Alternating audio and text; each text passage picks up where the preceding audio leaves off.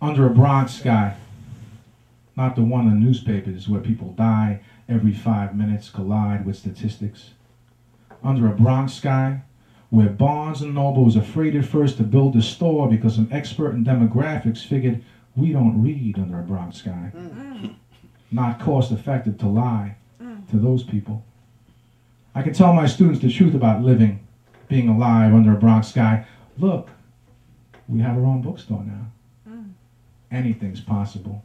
The word itself, possible, possibility, endless, unless one believes everything one reads, it becomes, you know, another one of those statistics. Hey, mister, one of my students pleads. I can't do it. You know, the assignment, write about my family. You don't understand. They're all fucked up. Please, people will laugh at me. Yo, for real, mister. I'm afraid.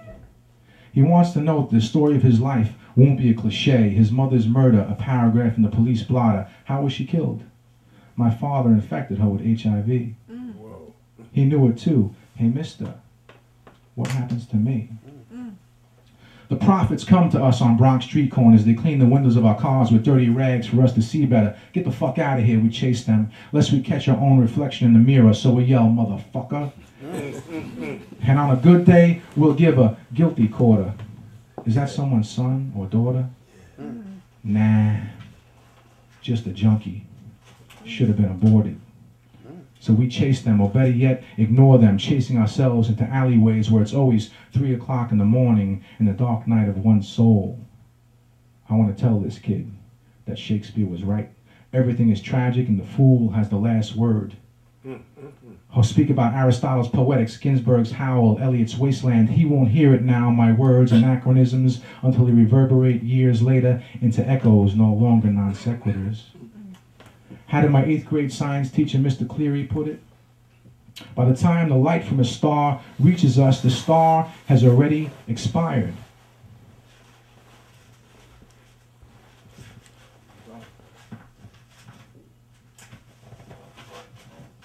Teaching at best, then, is like dying. So, mister, does it really matter what I say? I can't hand him Nicky Giovanni's poetry, Baldwin's Beale Street, McCourt's Ashes, Sapphire's push him in the right direction, so I tell him a story. I tell him a story about my brother Tommy, who's in the psychiatric ward of Jacoby Hospital as we speak. Once one of the best athletes in the Thrives Neck Little League and toughest kids in the neighborhood, he used to hold his own strongman contest when he was 17. Go ahead, Chubby. Choke me. Choke me with this bicycle chain.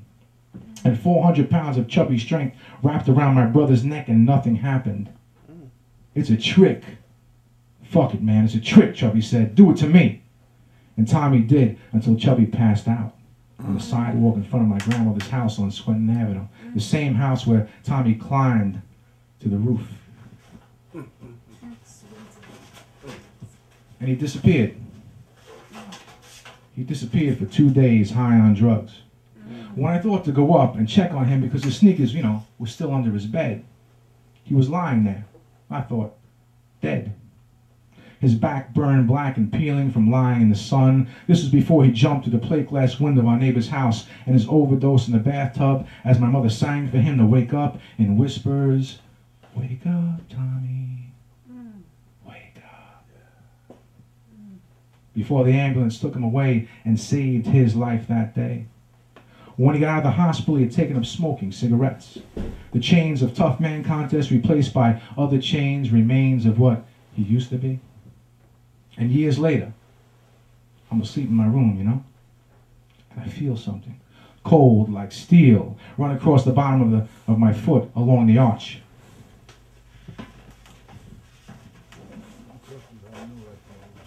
Startled awake, I see the red light of Tommy's cigarette riding high over his head, and in his other hand a spoon. What the fuck are you doing? Babinski, he says, and he starts laughing. What the fuck is Babinski? It's something they do in the hospital, James. when you overdose. They run this metal thing across the bottom of your foot from the toe to the heel to see if you're still alive. You know, like a reflex. If your toes curl, you're alive. Well, I'm alive. Leave me the fuck alone, man. And he laughs again. I'm 18, moving the next day out of the house, trying to find, you know, my own way. I will miss you, he says. You got money for cigarettes?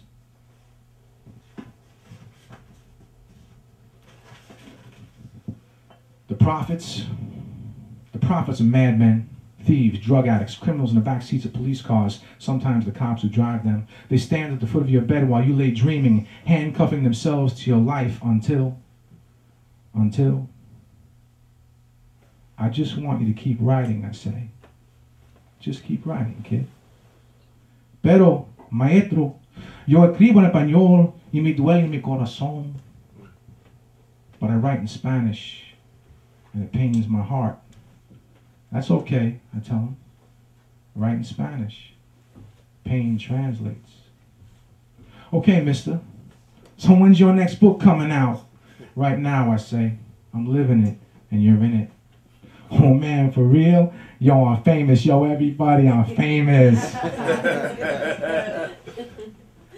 Under my Bronx sky, my brother standing on a rooftop still, my dying mother waiting. Still, for the remains of a husband to return still, my brothers and sisters and daughter and friends watching still, as the best minds of my generation still go insane, measuring out their lives in coffee spoons, while in the rooms women come and go, talking of Michelangelo, and I talk about all the mistakes that I made.